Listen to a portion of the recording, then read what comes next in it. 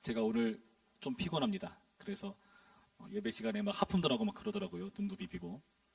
왜냐? 어제 밤늦게 듄을 봤거든요. 네, 듄을 봤습니다. 선민이를 씻기고 재우고 집을 정리를 싹 하고 시계를 봤는데 고민됐어요. 봐야 되나 말아야 되나. 네, 봤어요. 보고 느껴졌습니다. 제가 듄을 왜 봤을까요? 틀을 본 건 아니고요. 원을 봤어요. 예, 지난주에 한 자매 열정적인 듄 전도에 전 듄에 제가 마음 열고 꼭 봐야겠구나는 마음이 들어서 주중에 찬양자를 만났는데 찬양자를 봤다 그러더라고요. 막 되게 막 극찬을 하면서. 그래서 찬양자를 봤는데 나는 안 보면은 그 자매가 많이 상심하겠다.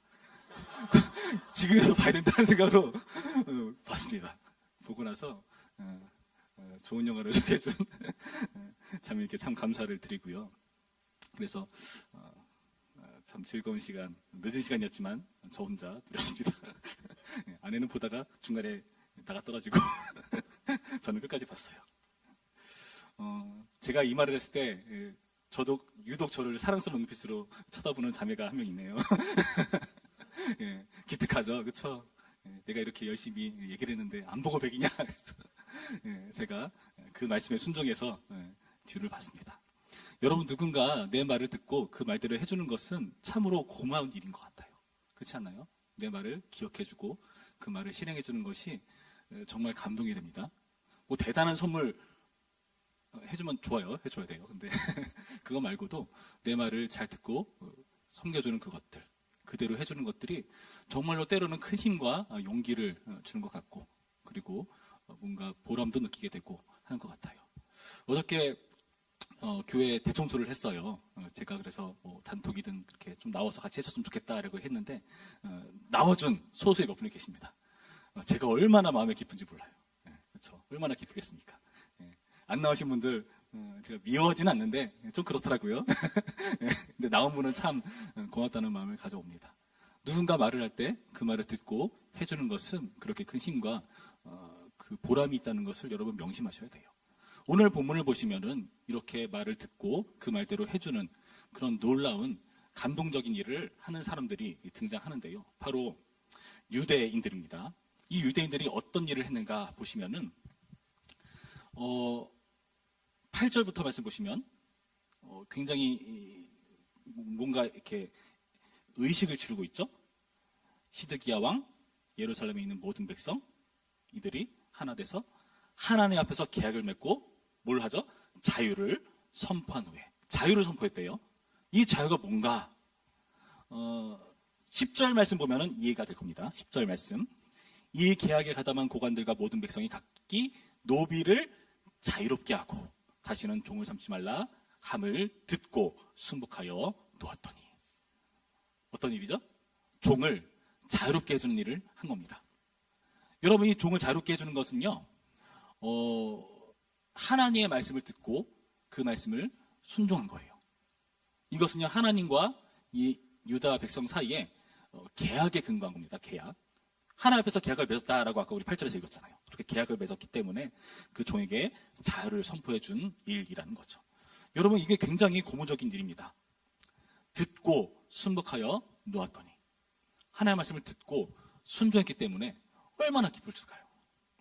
여러분 아시잖아요. 예레미야 지금까지 쭉 봐왔으면은 이 백성들이 얼마나 많이 하나님께 혼났는지 아시잖아요. 뭐 때문에 혼났죠? 안 들으니까. 순종을 안 하니까 많이 혼났는데 그 백성들이 드디어 들은 겁니다. 얼마나 감동적입니까? 뿐만 아니라 13절 말씀 볼까요? 이스라엘 하나님 여호와께서 이와 같이 말씀하시니라. 내가 너희 선조를 애굽 땅 종의 집에서 인도하여 낼 때에 그들과 언약을 맺으며 이르기를 너의 형제 히브리 사람이 내게 팔려왔거든 너희는 7년 되는 해에 그를 도와줄 것이니라. 그가 6년 동안 너를 섬겼은즉 그를 도와 자유롭게 할지니라 하였으나 너희 선조가 내게 순종하지 아니하며 귀를 기르지도 아니하였느니라. 무슨 말입니까? 선조 때부터 하지 않았던 일이라는 거예요. 선조 때부터 이 종을 자유롭게 하는 일을 하지 않았다는 겁니다. 그 당시 시대에 종이 있는 것은 너무나 당연한 일일 수 있어요. 그런데 유대 백성에게 이 종이란 어떤 의미인지를 여러분 좀 이해할 필요가 있습니다. 지금 말씀 보시면은 구약의 율법에 의하면은 뭐 종이 생기는 뭐 다양한 경우들이 있을 수 있지만은 나의 동료, 나의 동지들, 나의 동포들이 종이 되는 경우들이 피치 못하게 생기는 경우들이 있었습니다. 언제였는가 하면은 이런 거예요. 예를 들어서 나랑 동엽 형제랑 같이 친구입니다. 친구예요. 예. 친구인데 예. 제가 동엽 형제한테 돈을 빌렸어요. 근데 제가 그 돈을 날려버렸네. 갚을 길이 없네. 그래서 어떻게 하는가? 이 갚을 길이 없으니까 종살이로 그 빚을 대신 갚는 거죠. 그러니까 빚을 갚기 위해서 일시적으로 종을 할 수가 있는 거죠. 네, 그렇다고요. 예. 그런데 중요한 건 뭐냐? 여기 나타났듯이 7년 되는 해에는 그를 놓아줘야 됩니다. 7년 되는 해에는 놓아줘야 돼요. 이게 원래의 법칙이에요. 근데 그렇지 않았다는 거죠. 어떤 경우를 제외하고는 그러니까 제가 동엽 형제의 종이 돼서 살다 보니까 주인이 되게 괜찮아. 내가 다른 일을 하는 것보다 여기서 종살이라는 게 더 날 수 있겠다는 생각이 들었어요. 예. 동엽 형제가 잘 대해줘, 맛있는 것도 잘 챙겨줘, 남들보다 좀 더 챙겨줘, 그러면 제가 얼마나 더 좋아요. 그렇죠? 그래서 내가 평생 동엽 형제 종이 돼야겠다 하는 마음이 들면은 제가 귀를 뚫는 겁니다. 귀를 뚫어요. 그래서 내가 영원히 당신의 종입니다라는 표시로 귀를 뚫는 겁니다. 여러분 귀 뚫으신 분 계세요? 여러분 지금 누군가의 종이에요. 자, 이런 식으로 하는 거 외에는 종으로 하는 게 아니에요. 7년 되는 해에는 풀어줘야 됩니다. 종이 되는 것도 종이 됐던 그 사람의 의지에 달려 있어요. 내가 평생 그의 종이 되겠다 하는 그의 의지가 달려 있는데 지금 이스라엘 백성들은 선조 때로부터 그렇게 하지 않아왔다. 여러분 그러니까 이 종을 자유롭게 한다는 것은 굉장히 큰 놀라운 선포라는 거죠. 하나님의 말씀을 듣고 비로소 순종한 일이기도 하고 이전부터 하지 않던 일을 바꿔서 하는 일이라는 것에서 굉장히 큰 성과라는 거죠. 여러분 내가 이전에 해오던 것을 바꾸는 것은 굉장히 힘든 일이잖아요. 아시죠? 여러분 다 경험해봤죠? 나의 삶의 패턴을 완전히 바꿔서 새롭게 된다는 것은 정말 어려운 일이에요. 사람은요 누구나 관성대로 습관대로 살게 되어 있습니다. 굉장히 큰 결단과 그러한 각오라는 겁니다. 그래서 이렇게 듣고 행하는 그런 하나님께 정말 기쁨이 될 만한 일을 했는데 안타깝게도 이들의 뜻이 또 변해버리고 말았습니다. 11절 말씀 볼까요? 11절 말씀 함께 있습니다. 11절 시작. 후에 그들의 뜻이 변하여 자유를 주었던 노비를 그러다가 복종시켜 다시 노비로 삼았더라. 아니 한두 겹 이놈이 네. 자유롭게 했는데 다시 끌고 온 거예요. 지금 이 유다 백성들이 종들을 다 풀어줬는데 다시 끌어와서 다시 종으로 삼아버리는 겁니다. 이게 뭔가요? 차라리 풀어주지 말던가. 이게 얼마나 안타까운 상황입니까? 여러분 이들은 왜 이렇게 뜻이 바뀌었을까요? 하나님의 말씀을 듣고 순종했는데 큰맘 먹고 드디어 하나님 뜻대로 하나 싶었는데 왜 다시 이렇게 뜻이 바뀌어버렸는가? 우리가 그 힌트를 알 수 있는 구절이 있습니다. 21절 말씀 보시면 이런 표현이 있어요. 지금 하나님께서 이 유다 백성의 뜻을 돌이켜서 다시금 형제들을 종삼은 것에 대해서 하나님께서 막 책망하시면서 막 저주의 말씀을 퍼붓는 중에 계신데 그 하나님의 말씀 중에 있는 표현입니다. 21절 말씀 우리 한 목소리로 있습니다. 시작. 또 내가 유다의 시드기야 왕과 그의 고관들을 그의 원수의 손과 그의 생명을 찾는 자의 손과 너희에게서 떠나간 바벨론 왕의 군대의 손에 넘기리라. 자, 우리는 예레미야 지금까지 쭉 봤으니까 분위기 아실 거예요. 이스라엘 백성들, 이 유다 백성들은요, 바벨론의 포로로 끌려가거나 그들에게 둘러싸여 있는 위기 가운데 있었습니다. 실제로 이들이 이 유다를 이렇게 둘러싸서 진치고 있었고, 호심탐탐 쳐들어갈 길을 노리고 있었고, 그 공포에 질려 있는 그 상황 가운데 있다는 것을 우리 너무나 잘 알고 있어요. 그런데 이 표현을 보니까 어떤 일이 있었던 것 같나요? 이 서급에 다시 오게 하리니. 무엇을 전제하죠? 바벨론 이 군대들이 잠깐 후퇴했던 겁니다. 잠깐 빠져나갔던 거예요. 여러분, 사람이 위기에 몰리면요, 그때 급해서라도 내가 안 하던 짓 하게 돼 있습니다. 여러분, 정말 급한 일이 생겼어요. 뭘 해결할 길이 없어요. 아무도 도움 줄 수 있는 사람이 없어. 그럼 당장 내일 새벽기도 나올걸요? 여러분, 지금 이들이 형제들에게 자유를 선언해줬던 것도 어떤 이유에서 벌어진 것인가 하면은 이들이 급하니까, 이들이 위기 가운데 있으니까. 하나님께 불순종해서 그런가? 지금이라도 순종해볼까? 여러분, 그런 마음에서 비롯된 건지도 몰라요. 우리가 그런 기질 아닙니까? 그런데 물러가니까 또다시 마음이 바뀌어서 없으면 안 되는데, 있어야 되는데 다시금 데려오고 종 삼는 그런 안타까운 모습이 지금 이런 분위기 속에서 나타나고 있다는 거예요. 무슨 말입니까? 여러분, 이들이 왜 뜻이 변했는가 하면은 상황이 바뀌어서 그래요. 상황이 바뀌어서. 상황에 달려졌으니까 이들이 변한 겁니다. 바벨론이 일시적으로 퇴각해버렸습니다. 그러니까 이들이 하나님의 심판을 이 바벨론을 통해서 받는구나 하는 그런 겸한 태도를 가지고 있다가 물러갔네? 다시 옛날처럼? 여러분, 그런 기질들이 바벨론에게만 있을까요? 이 유다 백성들에게만 있을까요? 우리 가운데도 있는 게 있지 않는가? 여러분, 불과 한 달 전을 생각해 보시기 바랍니다. 방학이었어요. 지금은 개강을 해버렸네? 그렇죠? 그때와 지금은 여러분 많이 달라졌나요? 2024년이 되었죠. 그때쯤 아마 여러분 뭐 계획한 거 있을 겁니다. 뭐 다이어트. 지금 찔린 사람 있죠. 헬스. 여러분, 우리는요, 상황이 바뀌면요, 그에 따라서 나의 편한 습관대로 돌아가는 그런 성질이 있지 않나 돌아봐야 돼요. 그러나 여러분, 이것은 심각한 죄라는 것을 명심해야 됩니다. 여러분, 우리의 모습을 돌아볼까요? 우리가 진짜 그래요. 여러분, 사람이라는 게 뭔가 되게 대단한 존재는 아닌 것 같을 때가 있어요. 예를 들어볼까요? 실제로 이 세상에는 노예제도가 있어 왔습니다. 그렇죠? 노예제도가 있어 왔어요. 여러분, 노예제도를 누가 폐지했죠? 영국에선 누가 폐지했죠? 영국 하니까 모르겠죠. 어메이징 그레이스 영화 안 봤나? 모르는구나. 그럼 미국에선 누가 했죠? 링컨이 했죠? 그렇죠? 예, 왜 했을까요? 흑인들의 인권을 위해서? 그럴 수도 있겠죠. 그럴 수도 있을 겁니다.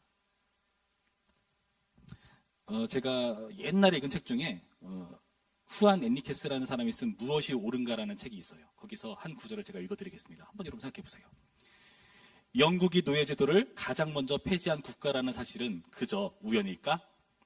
다른 나라들보다 일찍 산업화를 거쳤고 노예무역으로 직접적 수혜를 받지 않았다는 점이 어쩌면 영국의 노예제 폐지와 관계되어 있는 것은 아닐까? 이미 산업화를 이룬 미국 북부가 노예제도를 금지한 데 반해 농업에 의존했던 남부의 경우 그 끔찍한 관행을 유지하기 위해 싸웠다는 건 그리 놀라운 사실이 아니다. 역사와 문화를 초월해 많은 이가 인간이 인간을 소외해도 괜찮다고 자신을 설득시켰다. 그런데 그렇게 수천 년간 지속되어 온 사악한 관행이 왜 갑자기 산업혁명 직후에 사라지기 시작한 걸까? 의미심장하죠. 여러분, 사람이 상황 따라 달라질 수 있다는 겁니다. 사람은요, 자기의 유익에 따라서 선택을 해요. 선한 일이라는 것도 명분으로 우리가 움직이지 않습니다. 명분으로 움직이지 않아요. 그게 나에게 유익이 될 때 움직입니다. 그걸 명분으로 보장하는 거죠. 여러분, 우리가 그런 존재일지도 몰라요. 그런데 지금 이렇게 자유를 선포했다가 그것을 물르는 것은 얼마나 큰 죄인가 하면은, 여러분, 이들이 종을 풀어줬다는 것은 하나님과 약속을 했기 때문에 하나님의 말씀에 근거해서 풀어준 거란 말이죠. 근데 그렇게 지금 그것을 돌이킨 것은 지금 하나님 앞에 지은 죄라는 것을 우리는 간과해서는 안 되는 겁니다. 8절 말씀 아까 뭐라 되어 있었죠? 시드기야 왕이 예루살렘에 있는 모든 백성과 한 가지로 하나님 앞에서 계약을 맺고라고 되어 있어요. 하나님 앞에서. 원문으로 보면 하나님의 얼굴 앞에서. 계약을 어떻게 맺었을까요? 그걸 알 수 있는 구절 볼까요? 16절 말씀, 18절 말씀 보시면은 이렇게 했습니다. 그 언약을요. 송아지를 둘로 쪼개고 그 두 조각 사이로 지나매 내 앞에 언약을 맺었으나 그 말을 실행하지 아니하여 내 계약을 어긴 그들을 곧 송아지 두 조각 사이로 지난 유다 고관들과 예루살렘 고관들과 내시들과 제사장들과 이 땅 모든 백성을 내가 넘겨주겠다 해요. 여러분 계약을 어떻게 했죠?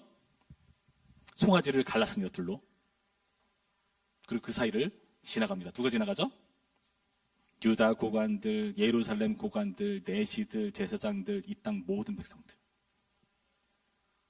여러분 그 송아지 둘을 가르고 그 사이로 지나간다는 것은 이 약속을 어기면 어떻게 된다? 이 송아지처럼 두 조각 난다 뜻이에요. 그거를 각오하는 의미로 이러한 의식을 치르는 겁니다.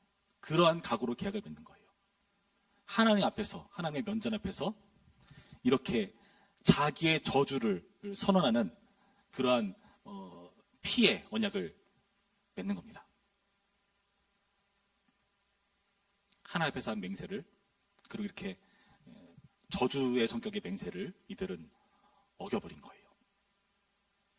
그러니까 어떻게 될까요? 이렇게 쪼개져야 되는 거죠.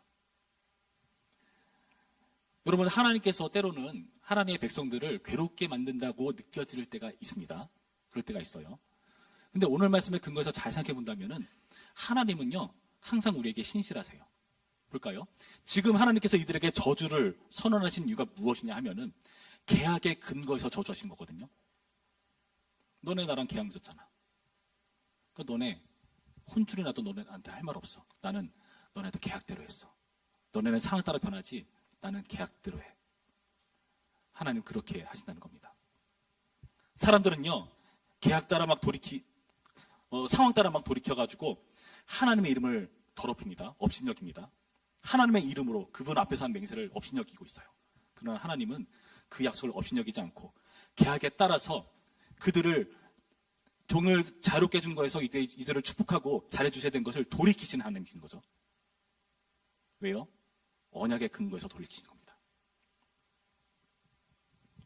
돌이킨 걸 돌이킨 유다에 대해서 하나님께서 이렇게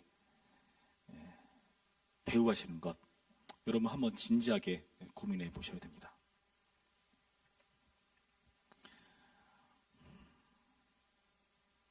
그래서 그 물러갔던 바벨론 사람들이 다시금 돌아오는 겁니다. 하나님께서 계약에 따라서 자신한테서 돌이켰으니까 이 이스라엘, 유다를 향한 심판이 다시 쏟아지는 것이 하나님의 일이라는 것을 오늘 본문은 우리에게 보여주고 있습니다. 여러분 그래서요 우리는요 이 하나님과 맺은 이 언약이라는 것을 엄중하게 생각할 필요가 있습니다. 여러분 진지하게 생각하셔야 됩니다. 상황이 아니라 계약 따라서 언약에 따라서 이것이 엄중하게 시행이 돼야 돼요. 예수님께서 그렇게 하셨죠. 하나님께서 예수님을 이 땅 가운데 보내셔서 하는 일이 자기 아들을 십자가에 달아 죽이시는 일입니다. 왜 그렇게 하셨는가? 여러분 사랑이라는 것이 뭐 그렇게까지 안 해도 되잖아요. 아담과 하와 너네 죄졌어? 그래 한번 용서해 줄게. 하나님 사랑이 많으시네요. 여러분 단순히 그 사랑입니까? 하나님께서는요 계약에 따라서 사랑하시는 분이세요. 너 이거 먹으면 죽어. 그 언약이기 때문에 죽어야 돼요.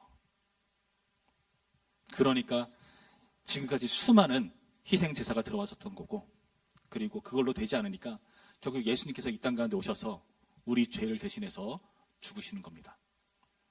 여러분 하나님께서 우리를 사랑하셔서 예수님을 보내주셨죠. 근데 또 한편으로 생각해 보면은 단순히 우리의 죄가 우리 하나 죽는 것으로 끝날 만한 죄인가 생각해 보면은 그렇지가 않거든요. 우리가 우리의 죄값을 못 치릅니다. 자기 죄 하나도 제대로 감당할 수 없습니다. 왜요? 우리는 순결하지 않거든요. 죄 없는 존재가 죽여야 그게 순전한 제사가 될 텐데 말이죠. 우린 그렇지가 않거든요. 결국에는 예수님께서 죽으셔야 한다는 거죠. 우리를 사랑하시고 그리고 그분의 언약을 깰 수가 없습니다. 주님께서는 그러십니다. 그렇기 때문에 그 언약을 소중하게 여기셨기 때문에 십자가를 지시는 분이시라는 것을 오늘 본문은 우리에게 보여줍니다. 반면에 우리는 하나님과의 약속을 경히 여겨서 십자가를 외면하고 있지 않나, 여러분 생각해 봐야 돼요.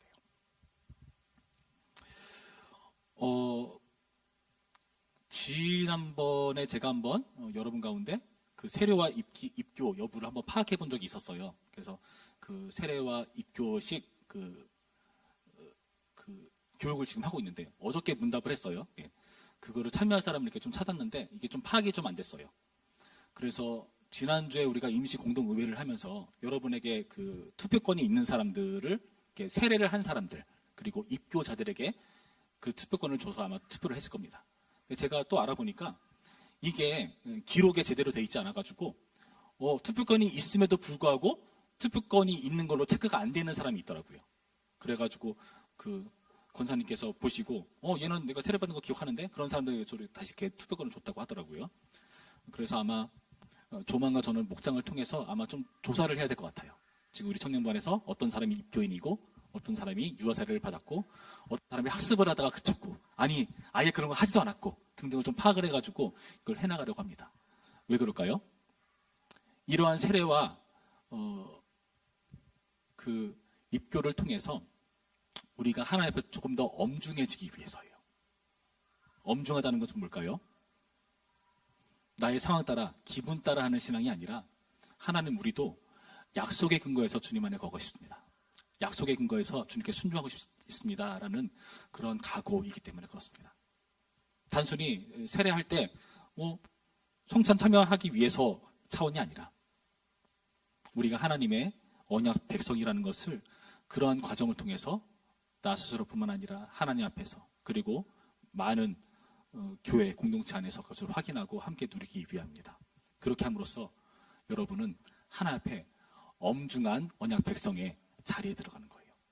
여러분 이게 복이에요. 왜 복일까요? 나 구속받기 싫은데요. 나 불편한데요. 그게 아니라 여러분이 보다 확실한 하나님의 엄중한 언약 안에 있다는 이러한 의식을 통해서 우리의 신앙이 보다 더 굳건해지기 위해서 하는 겁니다. 하나님은 항상 약속을 하시고 그 약속대로 이루십니다. 하나님의 방법입니다. 하나님께서는요 말로 선포하시고 그 말씀을 이루십니다. 하나님께서 말씀하지 않으셨는데 그냥 잃어버리신다? 안 그래요. 창세기부터 보세요. 하나님은 무조건 말씀을 통해서 이루십니다. 그렇지 않던가요? 여러분 무슨 말이냐 하면은 약속의 근거에서 행동하시는 하나님이시고 그분께서는 우리에게 약속의 근거에서 하나님을 사랑하기를 요구하신다는 거예요. 저는 여러분들이 그런 식으로 하나님 앞에서 엄중한 하나님께 대한 사랑을 고백하는 자가 되었으면 좋겠습니다. 아까 찬양 가서 보니까 크고 작은 일들 중에서 고민하다가 방황하다가 결국에는 선택합니다 이렇게 하고 있는데 이해는 됩니다. 이해는 돼요. 그럴 수 있어요. 그러나 그 선택이 조금 더 여러분 엄중해지기 위해서 보다 더 확실해지기 위해서는요 여러분 하나님의 언약 안에 들어오셔야 되고요. 언약 때문에 예수님이 나를 위해서 죽으셨구나라는 것을 이런 믿음으로 취하셔야 됩니다. 그 표가 바로 세례고 입교라는 거예요. 여러분 올 한 해 여러 가지 역할들을 맡으셨을 겁니다. 어떤 사람들은 임원으로, 어떤 사람은 목자, 부목자로, 또 어떤 사람은 각 부서에 속해서 어떤 역할을 맡은 걸로 충성스럽게 감당하시기를 저는 여러분들께 권해드립니다. 그러나 하다 보면은 상황이 녹록지가 않죠.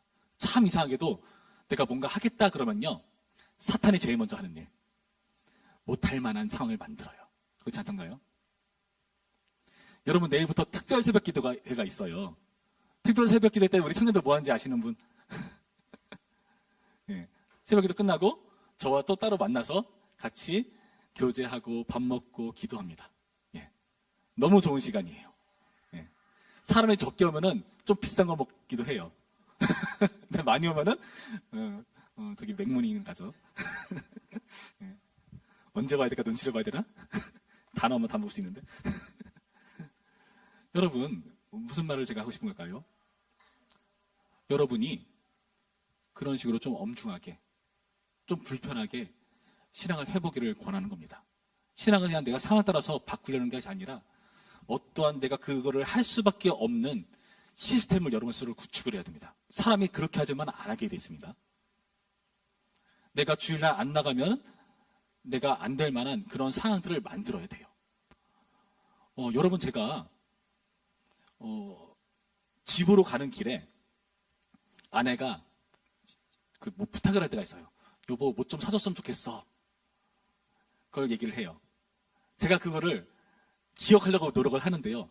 깜빡할 때가 있어요. 그렇죠?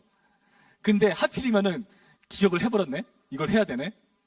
근데 언제 정말 하기 싫은지 아세요? 그 심부름을 해야 하는 게 집에 가는 길이 아닌 좀 돌아가거나 반대로 가거나 할 때 정말 하기 싫어요. 여러분도 그렇죠? 여러분이 할 수밖에 없는 환경을 만드세요. 헬스장은 가까운 데 끊어야 할 수 있습니다. 최근에 아주 가까운 곳에 PT점이 하나 생깁니다. 멀리 가지 마시고 우리 동료 형제님의 형님께 받으시기를. 여러분, 하나님의 언약의 이 시행함에 있어서 여러분을 그 아름다운 구속 안에 묶으시길 바랍니다. 김종서의 노래죠. 아름다운 구속. 모르는구나. 예. 아름답게 여러분을 구속하시길 바라요. 하나님, 내가 주님을 순종할 수밖에 없는 이 시스템에 나를 몰아넣습니다. 그러다가요, 여러분 어느 순간 여러분의 신앙이 자라고 대가가 되면은 그 형식이 필요 없어지는 때가 옵니다. 언제가 될까요? 아마 주님 다시 오시는 날? 그때쯤 되지 않을까 싶긴 한데, 제가 저를 봤을 때는. 근데 그럴 때가 와요. 우리가 어떤 사람들을 대가라고 부르냐면은 형식에 구애받지 않는데 그 형식이 목적하는 바를 이루는 자를 대가라고 합니다. 네. 우리 찬영 작가 찬영도한테 제가 감동받았어요. 형식에서 자유로워진 것 같아. 대가에 가까워졌어. 예. 아마 전에는 여기서 이거 몇 번 반복하고 막 이랬을 거야. 그쵸? 오늘 좀 즉흥적으로 했죠? 네, 그쵸, 예. 대가가 돼가고 있는 거예요. 여러분, 무슨 말이냐 하면은, 여러분, 아직은 우리가 형식의 도움을 받아야 돼요. 그게 뭐냐? 하나님의 언약 안에 들어오라. 그겁니다. 여러분, 교회에서 하는 프로그램 안에 들어오시기 바랍니다. 특세 있다고? 이 기회 한번 해봐야지. 이런 것으로 여러분을 몰아넣는 여러분 되었으면 좋겠어요. 여러분, 제가 잔소리할 때가 좋은 거예요. 제가 전화하면은 안 받는 친구들 있어요. 지금이 좋은 때인 줄 알아. 나도 사람인지라 언젠가는 나도 안 해버려 그럴 때 있어 진짜. 그러다가 해야지 그럴 때 할 때 있는데, 여러분 연락해줄 때가 얼마나 고마운 때인지 모릅니다. 여러분 나중에 연락해준 사람도 없어. 슬프죠? 여러분 저 정도 돼봐요. 누가 연락해주나. 슬프다 갑자기. 지난 설 연휴 때 수성 형제가 나한테 안부 문자 보내도 얼마나 고마운지. 예. 여러분 그 형식 안에 여러분 묶으셔가지고 이 하나님의 사랑의 신앙을 해나가는 일에 들어오는 여러분 되었으면 좋겠습니다. 그것이 여러분의 신앙을 자라게 하는 길이고요. 우리의 신앙이 상황 따라 좌지우지되는 것이 아니라 언약에 충실하게 묶여있는 신앙이 될 수 있는 비결이라는 것을 믿는 오늘의 말씀이 되기를 주님의 이름으로 축원합니다. 기도하겠습니다. 참 좋으신 하나님 감사드립니다. 주님, 우리는 상황 따라 좌지우지되고 흔들리는 그런 나약한 존재인 것을 고백합니다. 크고 작은 고민들을 통해서 끝내 간신히 선택을 하거나 아니면 넘어져서 실패해버리거나 하는 그런 존재들에 불과합니다. 주님, 우리를 붙드셔서 주님의 은혜 안에 들어갈 수 있도록 우리의 의지를 주님의 언약 안에 담아낼 수 있도록 인도하여 주시옵시고, 그 주님의 아름다운 구속에 묶일 수 있도록 인도하여 주시옵소서.